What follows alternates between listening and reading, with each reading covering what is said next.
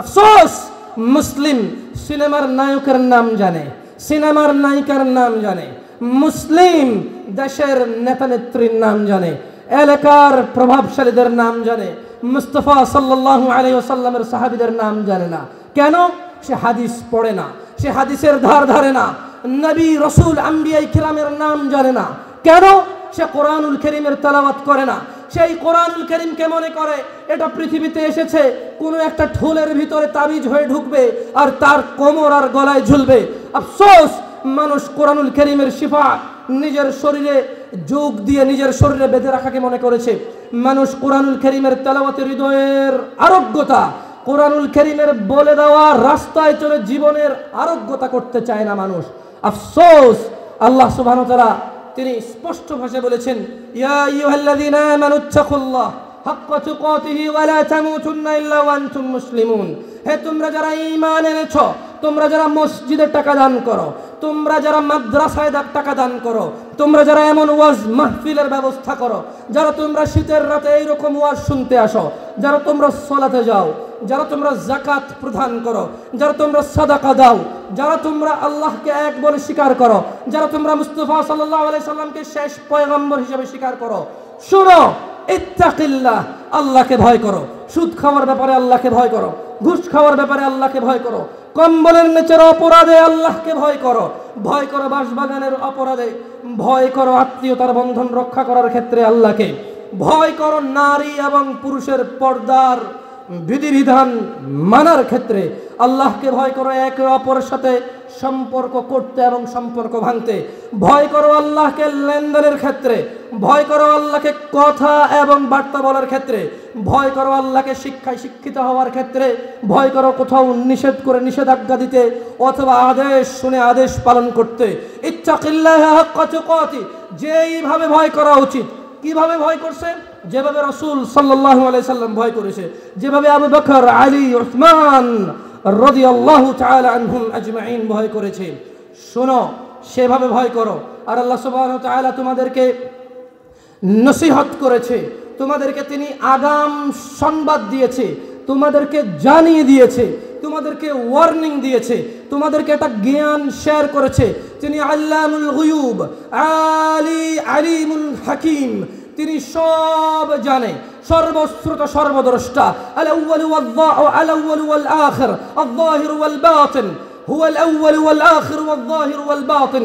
তিনি আগে এবং তিনি সর্বশেষ, তিনি উপরে এবং নিচে, তিনি ডানে এবং বামে, তিনি জানেন অদৃশ্যের জ্ঞান এবং যা তোমরা করো, যা তোমরা গোপনে অথবা প্রকাশ্যে করো।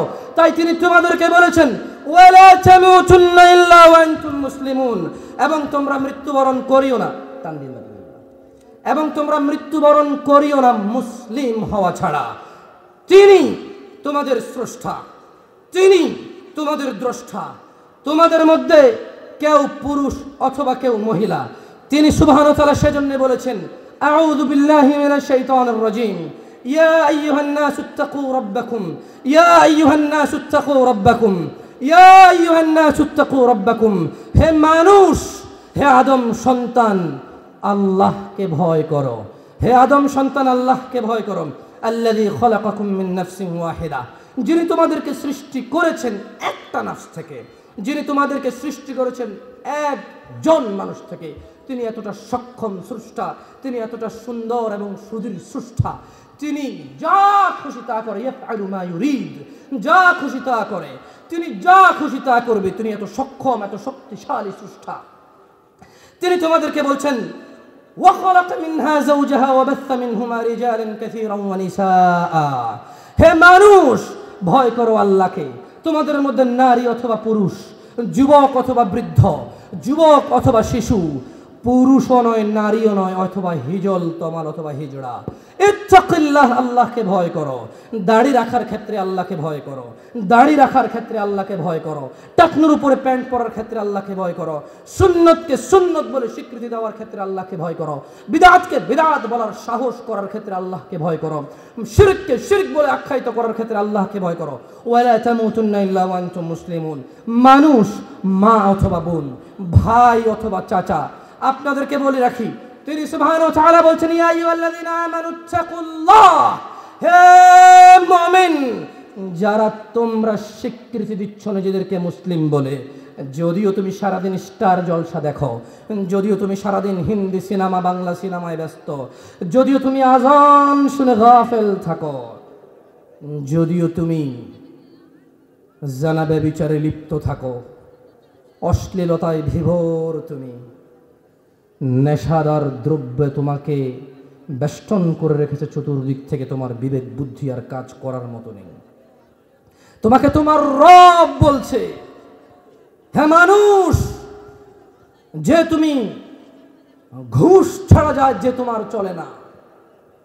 মানুষ আল্লাহর দেওয়া যৌবন, আল্লাহর দেওয়া জীবন, আল্লাহর দেওয়া নিঃশ্বাস, আল্লাহর দেওয়া সুস্থতা, যিনি তোমাকে এত কিছু দান করেছে, তিনি তোমাকে বলছে অকুলু কাউলান সাদীদা, তিনি তোমাকে বলছে শোনো।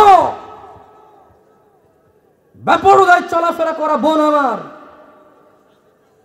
বিয়ের পূর্বে ছেলেদের সাথে সম্পর্কে যুক্ত থাকা বোন আমার, জানা ব্যভিচারে লিপ্ত থাকা বোন আমার, মোবাইলে কম্পিউটারে নিজের উলঙ্গ ছবি প্রচার করা ভাই এবং বোন আমার, নিজেকে তো তুমি অমুসলিম বলে দাবি করো না, নিজেকে তো তুমি বেঈমান বলে মনে করো না, তোমাকেই তোমার রব বলছে ইয়া আইয়ুহাল্লাযীনা আমানু, হে তোমরা যারা ঈমান এনেছো নিজেকে মুসলিম মনে করো। হাজার ভুলে ভুল করে বসো তুমি, হাজারটা অন্যায় লিপ্ত তুমি, তোমার পুরো জীবন শুধু অন্যায় আর অপরাধে লিপ্ত, কিন্তু তুমি নিজেকে মুসলিম মুমিন মনে করো। শোনো, তুমি যদি নিজেকে মুমিন মনে করো, তো যার উপরে তুমি ঈমান এনেছো, যার দেওয়া নিঃশ্বাসে তুমি জীবিত আছো, যার দেওয়া হায়াতে তুমি এই দুনিয়াতে গর্ব করে দাম্ভিকতার সাথে ঘুরে বেড়াও, তিনি তোমাকে বলছে ইত্তাকুল্লাহ, ওনাকে ভয় করো, আল্লাহকে ভয় করো। ওয়া কুলু কাওলান সাদীদা, সত্য কথা বলো, সত্য কথা বলো। ইউসলিহ লাকুম আ'মালাকুম, তুমি ঈমান আনার পর যদি আল্লাহকে ভয় করো এবং তুমি আল্লাহকে ভয় করো, যদি সত্য কথা বলো, ইউসলিহ লাকুম আ'মালাকুম, তিনি তোমার কৃতকর্মকে শুধরে দেবে। সুবহান আল্লাহ।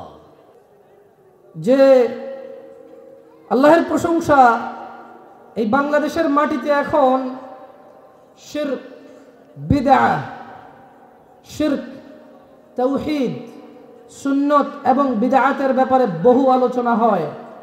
আমাদের অনেকের বিদআত তো ছুটেছে কিন্তু আখলাক ঠিক হয়নি, আমাদের অনেকের শিরক তো ছুটেছে কিন্তু এখনো আল্লাহ ভীরুতা তৈরি হয়নি হৃদয়ে। বড় বাস্তব কথা। দিনী ভাইয়েরা, আপনাদের অবগতির জন্য জানাচ্ছি যে দৃষ্টি আকর্ষণ করছি, আল্লাহ সুবহানাহু ওয়া তাআলা কোরআনুল কারীমে তিনি আল্লাহ ভীরুতার দিকে মানুষকে আহ্বান করেছেন এবং আল্লাহ ভীরুদের জন্য তিনি বিশেষ কিছু নেয়ামত রেখেছেন দুনিয়া ও আখিরাতে। তিনি তাই উল্লেখ করে বলছেন আউযু বিল্লাহি মিনাশ শাইতানির রাজীম। আল্লাহ সুবহানাহু ওয়া তাআলা বলেন ইয়া আইয়ুহাল্লাযীনা আমানু ইত্তাকুল্লাহা হাক্কা তুকাতিহি ওয়া লা তামুতুন্না ইল্লা ওয়া আনতুম মুসলিমুন। তিনি সুবহানাহু ওয়া তাআলা, যিনি আমার এবং আপনার স্রষ্টা, যার কাছে আমাদের প্রত্যাবর্তন, তিনি বলছেন হে তোমরা যারা ঈমান এনেছো, পৃথিবীর এপারে অথবা ওই প্রান্তে, বাংলাদেশ অথবা ভিন্ন দেশ, এই জেলা অথবা ভিন্ন জেলা, যে যেখানে আছো, যারা তোমরা ঈমান এনেছো, ইত্তাকুল্লাহ, আল্লাহকে ভয় করো, হাক্কা তুকাতিহ, যেভাবে ভয় করা উচিত ওনাকে, ওয়ালা তামুতুন্না ইল্লা ওয়া আনতুম মুসলিমুন, এবং তোমরা মৃত্যুবরণ করিও না মুসলিম হওয়া ছাড়া। দিনী ভাই এবং পর্দার আড়ালের বোনেরা, আল্লাহকে ভয় করতে হলে আল্লাহ সম্পর্কে জানা অত্যন্ত জরুরি।